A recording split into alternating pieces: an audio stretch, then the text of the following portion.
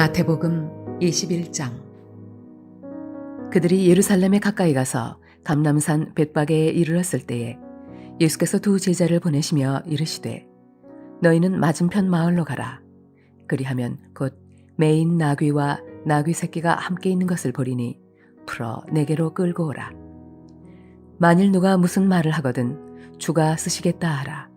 그리하면 즉시 보내리라 하시니 이는 선지자를 통하여 하신 말씀을 이루려 하심이라. 일러스되 시온 딸에게 이르기를 내 왕이 네게 임하나니 그는 겸손하여 나귀 곧 멍에 매는 짐승의 새끼를 탔도다 하라 하였느니라. 제자들이 가서 예수께서 명하신 대로 하여 나귀와 나귀 새끼를 끌고 와서 자기들의 겉옷을 그 위에 얹음에 예수께서 그 위에 타시니 무리의 대다수는 그들의 겉옷을 길에 펴고 다른 이들은 나뭇가지를 베어 길에 펴고 앞에서 가고 뒤에서 따르는 무리가 소리 높여 이르되 호산나 다윗의 자손이여 찬송하리로다. 주의 이름으로 오시는 이여 가장 높은 곳에서 호산나 하더라. 예수께서 예루살렘에 들어가시니 온 성이 소동하여 이르되 이는 누구냐 하거늘 무리가 이르되 갈릴리 나사렛에서 나온 선지자 예수라 하니라. 예수께서 성전에 들어가사 성전 안에서 매매하는 모든 사람들을 내쫓으시며 돈 바꾸는 사람들의 상과 비둘기 파는 사람들의 의자를 둘러엎으시고 그들에게 이르시되 기록된 바 내 집은 기도하는 집이라 일컬음을 받으리라 하였거늘 너희는 강도의 소굴을 만드는도다 하시니라. 맹인과 저는 자들이 성전에서 예수께 나아오매 고쳐주시니 대제사장들과 서기관들이 예수께서 하시는 이상한 일과 또 성전에서 소리질러 호산나 다윗의 자손이여 하는 어린이들을 보고 노하여 예수께 말하되 그들이 하는 말을 듣느냐. 예수께서 이르시되 그렇다. 어린아이와 젖먹이들의 입에서 나오는 찬미를 온전하게 하셨나이다 함을 너희가 읽어본 일이 없느냐 하시고 그들을 떠나 성 밖으로 베다니에 가서 거기서 유하시니라. 이른 아침에 성으로 들어오실 때에 시장하신지라. 길가에서 한 무화과 나무를 보시고 그리로 가사 잎사귀 밖에 아무것도 찾지 못하시고 나무에게 이르시되 이제부터 영원토록 내가 열매를 맺지 못하리라 하시니 무화과 나무가 곧 마른지라. 제자들이 보고 이상히 여겨 이르되 무화과 나무가 어찌하여 곧 말랐나이까. 예수께서 대답하여 이르시되 내가 진실로 너희에게 이르노니 만일 너희가 믿음이 있고 의심하지 아니하면 이 무화과 나무에게 된 이런 일만 할 뿐 아니라 이 산도로 들려 바다에 던져지라 하여도 될 것이요 너희가 기도할 때에 무엇이든지 믿고 구하는 것은 다 받으리라 하시니라.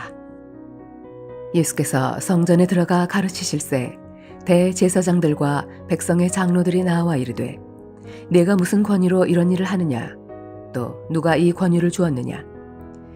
예수께서 대답하시되 나도 한 말을 너희에게 물으리니 너희가 대답하면 나도 무슨 권위로 이런 일을 하는지 이르리라. 요한의 세례가 어디로부터 왔느냐 하늘로부터냐 사람으로부터냐. 그들이 서로 의논하여 이르되 만일 하늘로부터라 하면 어찌하여 그를 믿지 아니하였느냐 할 것이요 만일 사람으로부터라 하면 모든 사람이 요한을 선지자로 여기니 백성이 무섭다 하여 예수께 대답하여 이르되 우리가 알지 못하노라 하니 예수께서 이르시되 나도 무슨 권위로 이런 일을 하는지 너희에게 이르지 아니하리라. 그러나 너희 생각에는 어떠하냐.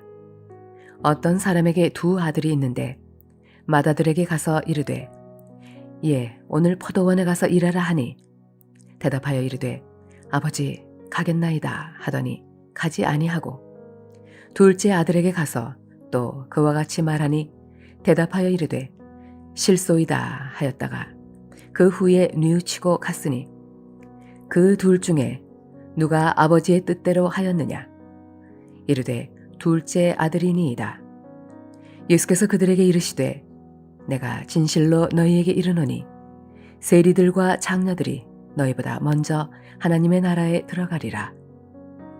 요한이 의의 도로 너희에게 왔거늘 너희는 그를 믿지 아니하였으되 세리와 장로는 믿었으며 너희는 이것을 보고도 끝내 뉘우쳐 믿지 아니하였도다.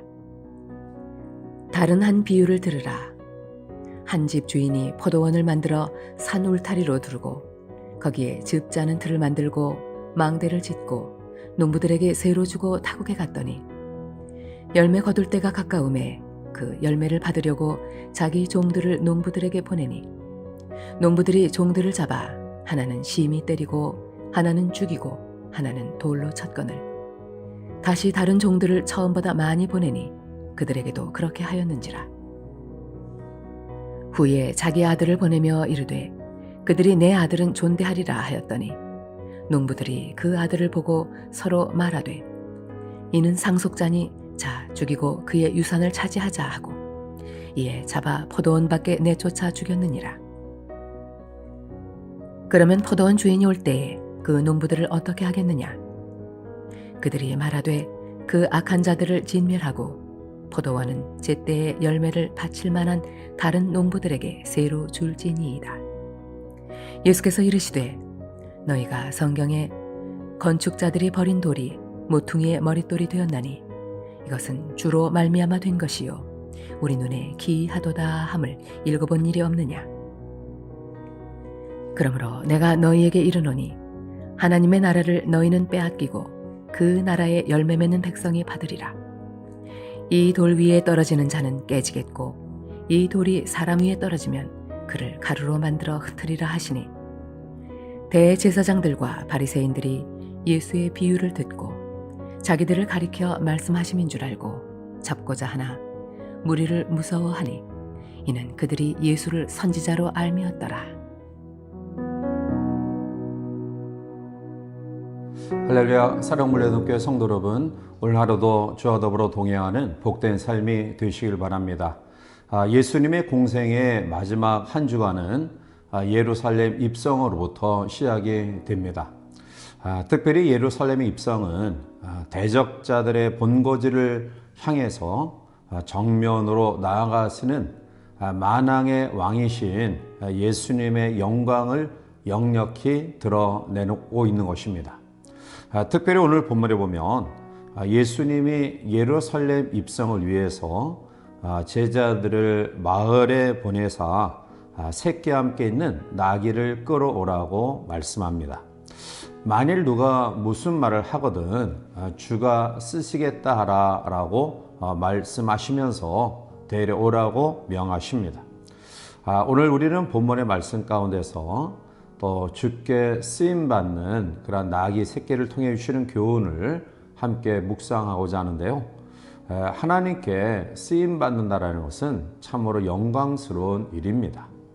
우리가 살아가면서 누구의 조종을 받는지 또한 어떠한 사람에게 쓰임받는지는 굉장히 중요합니다. 그것은 우리의 삶의 행복과 불행을 결정하기도 하고요. 심지어는 생명과 죽음으로 달라질 수 있기 때문입니다. 따라서 오늘 주가 쓰시겠다 하라 하신 이 말씀의 의미는 과연 어떠한 것일까요? 우리가 같이 교훈을 맡고자 하는데요. 먼저는 이 말씀의 의미는 천하 모든 만물이 주님의 것임을 이야기하고 있는 것입니다. 세상에 그 어떠한 것 하나 하나님의 것이 아닌 것이 없습니다. 세계 각 나라들이 국경과 한계를 정해놓고 서로 자기의 영토를 넓히기 위해 노력합니다. 섬 하나를 두고도 자기의 땅이라고 고집하고 주장하지만 결국 모든 것이 다 하나님의 뜻 가운데에 있습니다. 창세기 1장 1절에 태초에 하나님이 천지를 창조하시니라 라고 말씀하셨습니다. 이 말씀은 하나님의 위대하심과 창조의 능력을 보여주시는 말씀입니다. 따라서 우리가 주님을 부를 때 주여라고 고백하는 것은 주님이 우리의 삶의 주인임을 고백하는 신앙의 표현입니다. 시편 121편 1절과 2절에 내가 산을 향하여 눈을 들리라. 나의 도움이 어디서 올까? 나의 도움은 천지를 지으신 여호와에게서로다 라고 말하고 있습니다. 하나님은 하늘과 땅과 바다와 육지뿐만 아니라 이 땅에 존재하는 모든 피조물을 창조하셨습니다.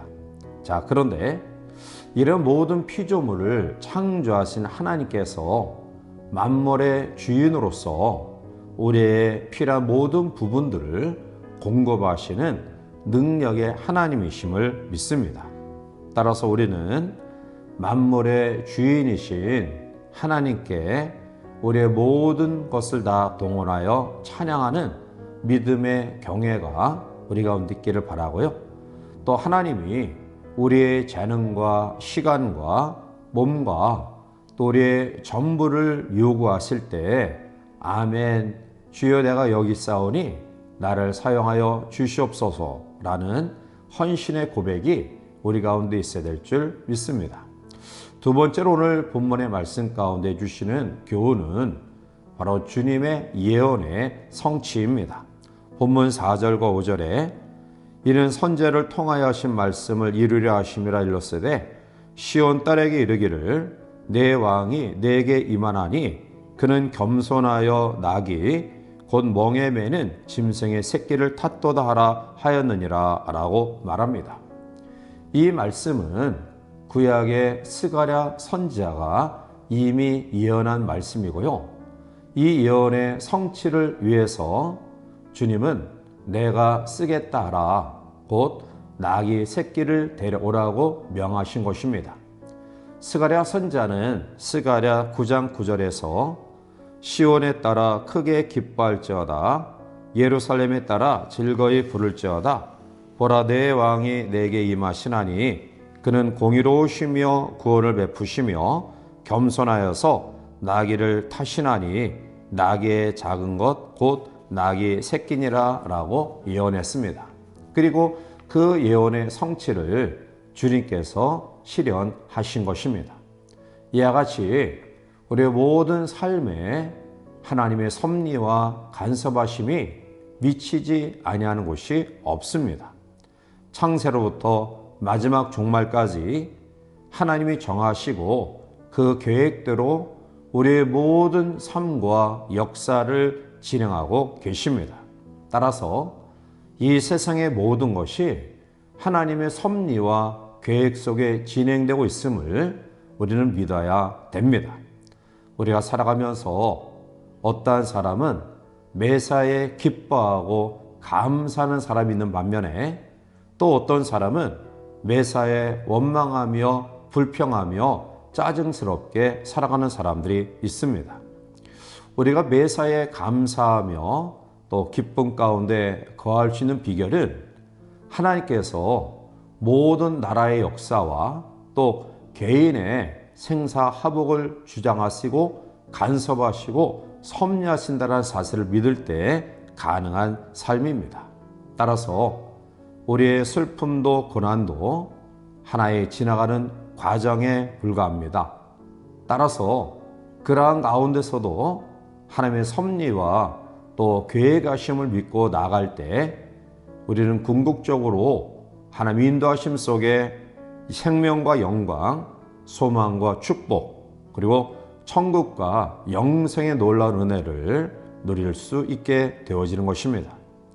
예수님께서 이 땅에 오셔서 하나님의 뜻을 이루셨고요. 그 뜻 가운데 우리를 구원의 반열에 세워 주셨습니다. 그리고 구원의 반열에 세워주신 하나님의 자녀들을 지금도 우리의 배후에서 간섭하시고 섭리하시고 역사하시고 인도하십니다. 따라서 그 하나님의 섭리 앞에 순종하는 믿음이 우리 가운데 있기를 원하며 하나님께서 우리를 사용하시는데 부끄러움이 없는 믿음의 모습으로 날마다 결단하는 우리 모두가 되어야 될 것입니다. 하나님의 진행하심 속에 마지막 때가 되어가면 갈수록 가장 귀한 삶은 하나님께 쓰임받는 삶일 것입니다. 이것이 우리의 기쁨이요 우리의 장래의 보장을 받는 놀라운 축복된 일이기 때문입니다. 따라서 우리가 하나님의 쓰임받는 하나님의 사람들로서 기쁘고 감사하는 마음으로 또 주께서 예비하신 그 영광을 소망하며 우리의 주어진 삶을 살아가는 귀한 성도 되시기를 바랍니다. 사랑하는 성도 여러분, 모든 만물이 다 하나님의 것이고요. 또 하나님께서 우리의 모든 소유의 주인이심을 믿고 사용하시고자 원하실 때 우리는 아멘 순종하는 마음으로 그 하나님의 뜻에 믿음으로 반응하기를 바라고요. 또한 주께서 예언하신 모든 것들이 반드시 이루어졌음을 기억하고 우리의 삶을 통해서도 하나님께서 선한 길로 인도하심을 믿고 확신하며 또 믿음 가운데 이 마지막 때에 하나님께 쓰임받는 일꾼으로 날마다 세워져 가시기를 주님의 이름으로 간절히 축원해 드립니다. 함께 기도하시겠습니다. 사랑과 내가 충만하신 거룩하신 하나님, 예루살렘 입성에 사용될 나귀의 새끼를 주께서 제자들에게 데려오라고 명하시며 누가 뭐라 말할 때 주께서 쓰시겠다 하라라고 명령하셨습니다. 이것은 바로 주께서 모든 만물의 주인이심을 말씀하고 있는 것이고요. 또한 예언의 성취임을 말씀하고 있는 것입니다.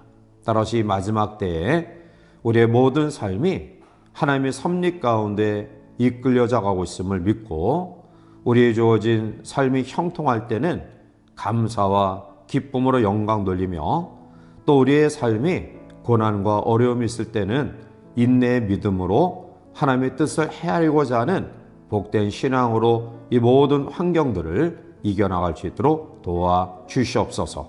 그리고 하나님 앞에 쓰임받기를 소원한 믿음으로 우리의 시간과 물질과 우리의 삶을 들여 하나님께 붙잡힌 바 되어 주의 나라의 귀한 도구로 사용되어지는 하나님의 사람들 될 수 있도록 축복하여 주시옵소서. 주의 은혜가 우리 모두에게 영원히 함께하기를 원하옵고 예수님의 이름으로 감사하며 간절히 기도하옵나이다. 아멘.